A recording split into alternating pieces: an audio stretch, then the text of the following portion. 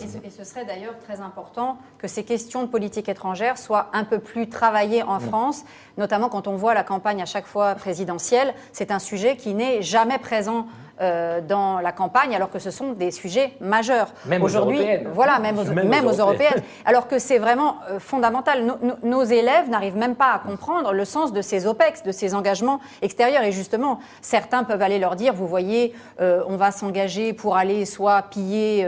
c'est ce que dit un internaute d'ailleurs. Ben voilà. Donc, ils étaient là pour...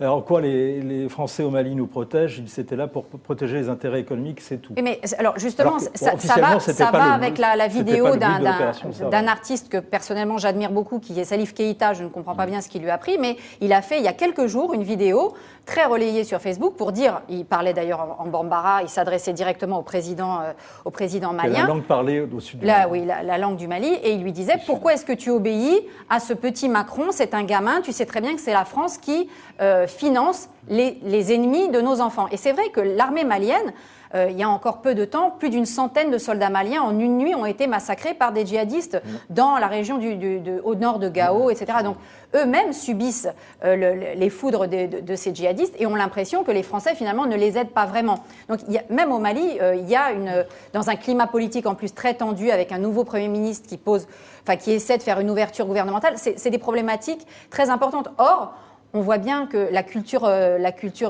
géopolitique française est très faible, je veux dire, dans l'opinion. Et ça, il me semble elle progresse quand même. Elle progresse. Des effets directs sur nous. C'est d'ailleurs peut-être le seul point positif que je vois au nouveau bac, c'est cette spécialité géopolitique. Après, je ne sais pas si mes collègues sont capables de la traiter, mais...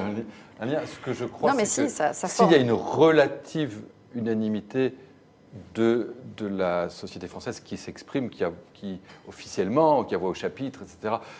Il y a toujours une partie de l'opinion qui est en dissidence. Enfin, on ne va pas refaire l'affaire des quartiers perdus, etc. Donc, mais en tout cas, s'il y a cette relative unanimité qui n'y avait pas dans les années 60, les années 70, contre l'armée française, le colonialisme, ça, c'était pas... C'est ce que raconte notre consoeur Isabelle Lasserre, d'ailleurs, dans son dernier livre. Il y a quand même une vraie évolution du côté de cette France-là. C'est aussi que peut-être aussi parce que ces sujets ne sont plus considérés comme des sujets de politique étrangère.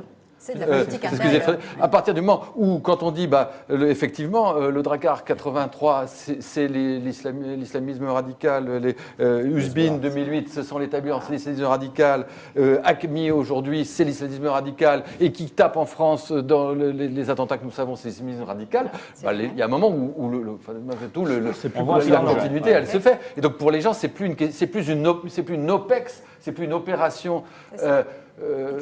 et qui, du coup, parce qu'elle est extérieure, serait toujours suspecte de colonialisme.